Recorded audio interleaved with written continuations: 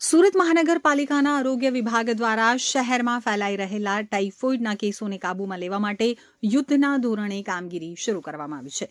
રાજ્યના ગાંધીનગરમાં રોગચાળાની ગંભીર પરિસ્થિતિને જોતા ગાંધીનગરમાં મીટિંગ બાદ સુરત પાલિકા પણ એક્શન મોડમાં આવી છે.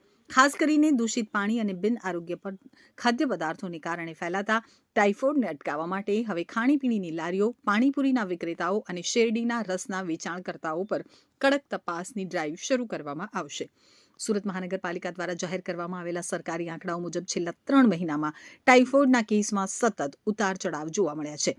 જેમાં ઓક્ટોબર 2025માં 84 કેસ, નવેમ્બરમાં 60 કેસ, ડિસેમ્બરમાં 70 કેસ નોંધાયા હતા. નોંધનીય છે કે આ માત્ર સરકારી હોસ્પિટલોના આંકડા છે, જ્યારે ખાનગી હોસ્પિટલોમાં સારવાર લઈ રહેલા દર્દીઓની સંખ્યા આના કરતાં અનેક ગણી વધારે હોઈ શકે છે. તો રોગચાળાની ગંભીરતાને ધ્યાનમાં રાખી અને આરોગ્ય વિભાગે પાણીના સેમ્પલ લેવાની કામગીરી તેજ બનાવી છે. અગાઉ શહેરમાં દરરોજ અંદાજે 300 જેટલા પાણીના સેમ્પલ લેવામાં આવતા હતા, જેની સંખ્યા વધારી અને હવે 500 કરવામાં આવી છે. આ ઉપરાંત જે વિસ્તારોમાં કેસો વધુ જોવા મળે છે ત્યાં પાલિકાની ટીમો રૂબરૂ મુલાકાત લઈ રહી છે. આરોગ્ય અધિકારી પ્રદીપ ઉમેરીગરના જણાવ્યા અનુસાર દર્દીની ટ્રાવેલ એન્ડ ફૂડ હિસ્ટ્રી તપાસવામાં આવે છે, જેથી ચેપના સ્ત્રોત સુધી પહોંચી શકાય. તો ટાઇફોઇડ ફેલાવા માટે દૂષિત પાણી અને બરફ મુખ્ય કારણો માનવામાં આવે છે. આથી પાલિકાની ફૂડ વિભાગની ટીમો હવે ખાસ કરીને પાણીપુરીની લારીઓ અને શેરડીના રસના ચીચોડા ઉપર ચેકિંગ હાથ ધરશે. તો વેચાણકર્તાઓ દ્વારા કેવા પ્રકારના પાણી અને બરફનો ઉપયોગ કરવામાં આવે છે તેની ચકાસણી કરવામાં આવશે. નિયમોનું ઉલ્લંઘન કરનારા અને અસ્વચ્છતા રાખનારા વિક્રેતાઓ સામે દંડાત્મક કાર્યવાહી પણ કરવામાં આવશે.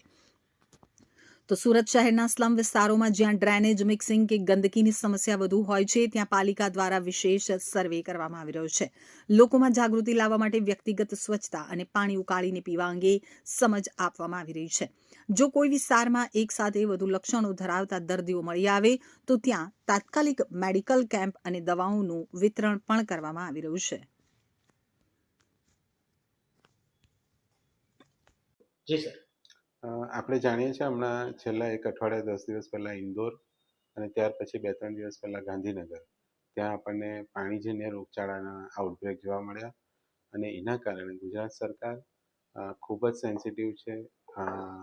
જે શહેરી વિકાસ વિભાગ છે તેમાં પ્રિન્સિપલ સેક્રેટરી માનનીય થનારસન સાહેબ દ્વારા તમામ 17 મહાનગરપાલિકાની એક મિટિંગ કરવામાં આવી ગઈકાલે.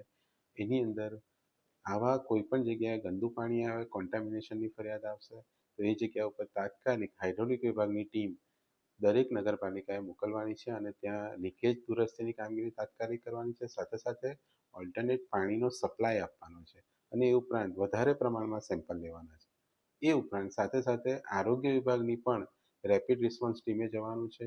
કેટલો વિસ્તાર અસરગ્રસ્ત છે, કેટલા કેસીસ છે આવા ઝાડા ઉલટી, ટાઇફોઇડ, કમળાના, એ શોધવાના છે અને એને સારવાર આપવાની છે. ઉપરાંત ઘરે ઘરે ORS આપવાના છે, જેનાથી ડિહાઇડ્રેશનથી જે આપણને ઘટનાઓ થાય છે તે અટકાવી શકીએ. આ સૂચના ગઈકાલે આપવામાં આવી છે.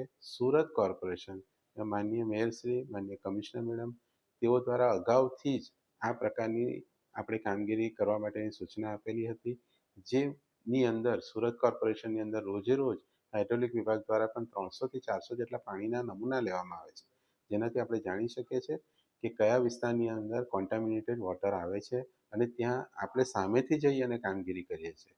અને સાથે સાથે આરોગ્ય વિભાગ દ્વારા તમામ હોસ્પિટલ એટલે કે urban health centre, civil, SMIMER, Muskati hospital અને બીજા પ્રાઇવેટ હોસ્પિટલ, એમાંથી આ રોગચાળાની માહિતી મેળવવામાં આવે છે અને એ જગ્યા ઉપર જઈ અને કોર્પોરેશનની રેપિડ રેસ્પોન્સ ટીમ દ્વારા બીજા કેસીસ છે કે નહીં અને બીજા શું કારણથી કેસ થયા છે